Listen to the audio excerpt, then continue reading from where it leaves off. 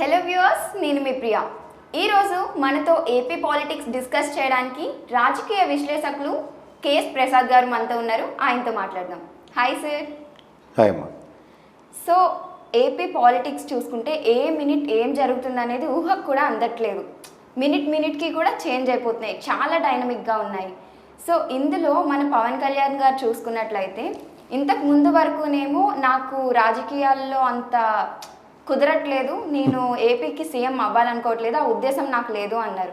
మొన్న కత్తిపూడి బహిరంగ సభల్లోనేమో నేను ఏపీకి సీఎం నేనే అవుతాను, సభలో నేనే అడుగు పెడతాను, ఎవరు ఆపుతారో చూడండి అంటూ ఛాలెంజెస్ చేశారు.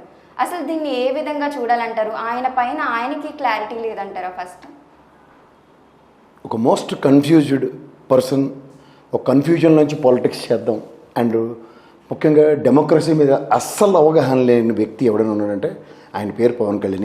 ఇంత ఎబ్రివేషన్ ఒక్కరు లేకుండా పవన్ కళ్యాణ్ అంటే సరిపోతుంది. ఇందాక మీరు ఏదో అంటారు, ఆంధ్రప్రదేశ్ రాజకీయాలు ఈ రోజుకి డిఫరెంట్ డైమెన్షన్స్లో మారిపోతున్నాయి, శరవేగంగా మార్పులు.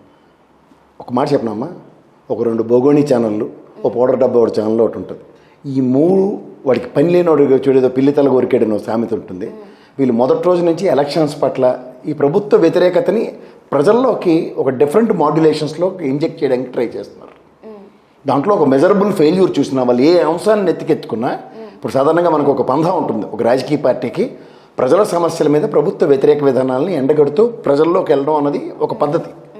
మన ఈ 70 సంవత్సరాల స్వతంత్రంలో ఈ 2019 ఎలక్షన్స్ అయిన నుంచి ఈ 2 ఛానళ్ళు ఈ పౌడర్ డబ్బాడు కాడెత్తుకున్న పాపానికి అపోజిషన్ పార్టీలు ఈ సమస్యల మీద ప్రజల తరఫున పోరాడడం మానేసి పనికి మాలిన విషయాలు అంటారు. అంటే ఏంటి, ఒక కోడికత్తి విషయం, బాబాయ్ హత్య కేసు, ఇలాంటి చెత్త చెదరం మీద ఎక్కువ ఫోకస్ చేస్తూ దాని పట్ల డ్రైవ్ చేస్తుంది. దానికి ఎర్రిపైకి మొర్రిపై తోడన్నట్టు ఈ పవన్ కళ్యాణ్ కూడా ఈ గాలిబాటం పాలిటిక్స్ చేయడం అలవాటు చేసుకుని, ఇంకోటి ఏంటంటే వాళ్ళు ట్రాప్లో పడి దాన్ని జస్టిఫై చేసుకోవడానికి మేకపోతు గాంభీర్యాన్ని ప్రదర్శిస్తూ ముఖ్యంగా పవన్ కళ్యాణ్ ఇప్పుడు ప్రజాస్వామ్యంలో నేను అసెంబ్లీ గేటు దాటనివ్వలేదు అని ఏడుస్తున్నాడు కదా.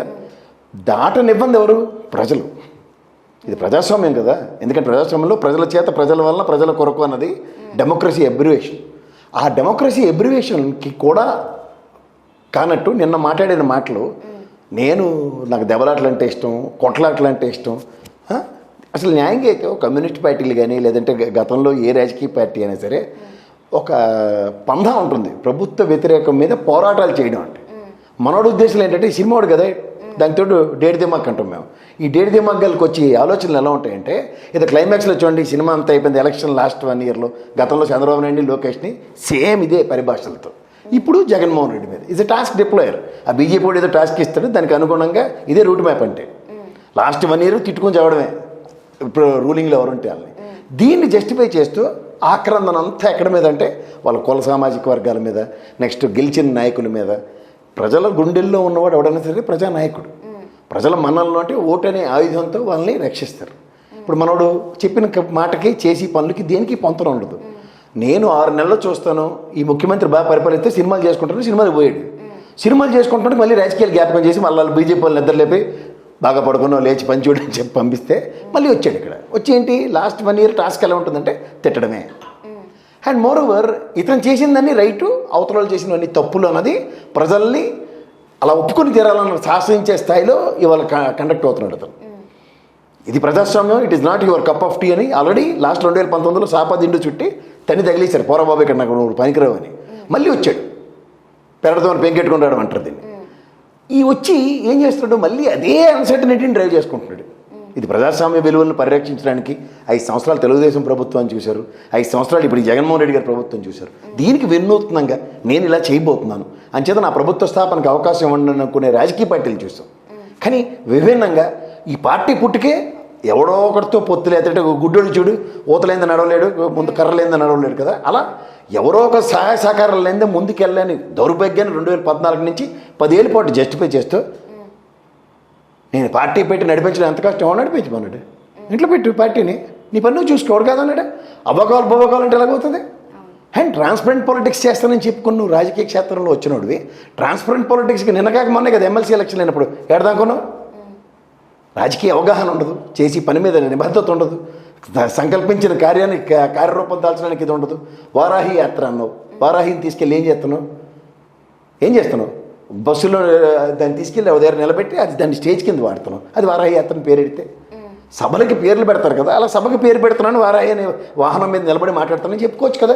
ఏదో ఓ జనోద్ధరణ నాయకుల్లో జనాలను ఉద్ధరించి ఊళ్ళో పాదయాత్రలు చేసిన వాళ్ళకి ధీటుగా ఏదో బస్సు యాత్ర చేస్తానంటే ఎడబోయిండు.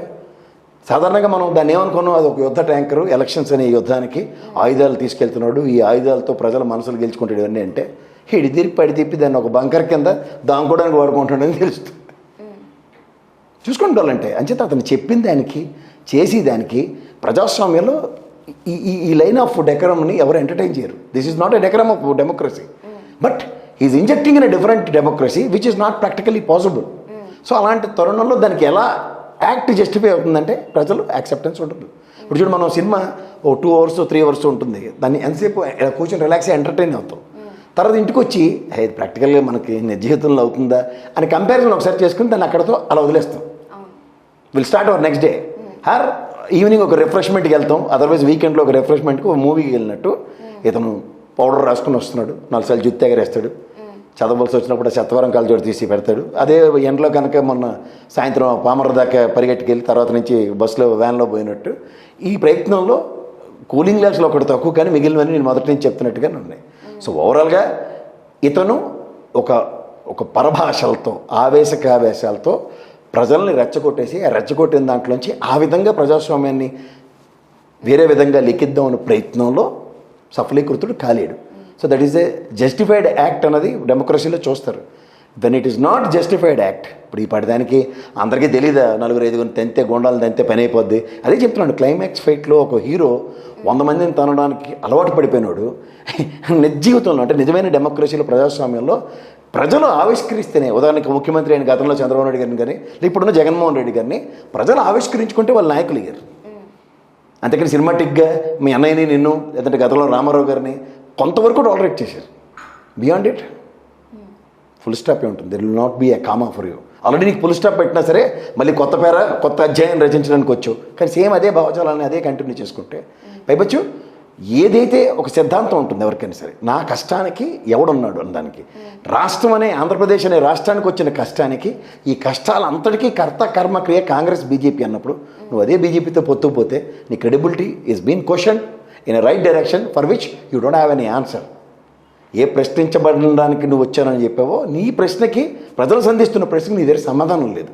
సమాధానం లేనప్పుడు you will not be considered and you will not be entertained any longer. There ends the matter, అంతే.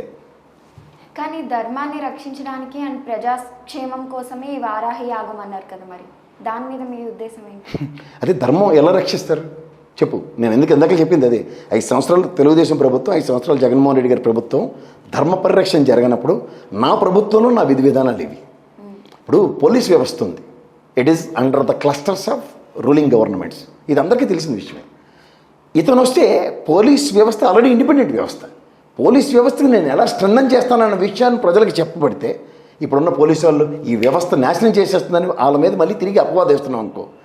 ప్రక్షాళించడానికి నీ దగ్గర 1, 2, 3 నేను అందరూ చెప్తారు, అలా ఒకే ఒక్కటి సినిమాలో అర్జున్ గారు చెప్పినట్టు అందరూ చెప్తారు. కానీ గ్రౌండ్ రియాలిటీ అనేది చాలా ఇంపార్టెంట్ కదా.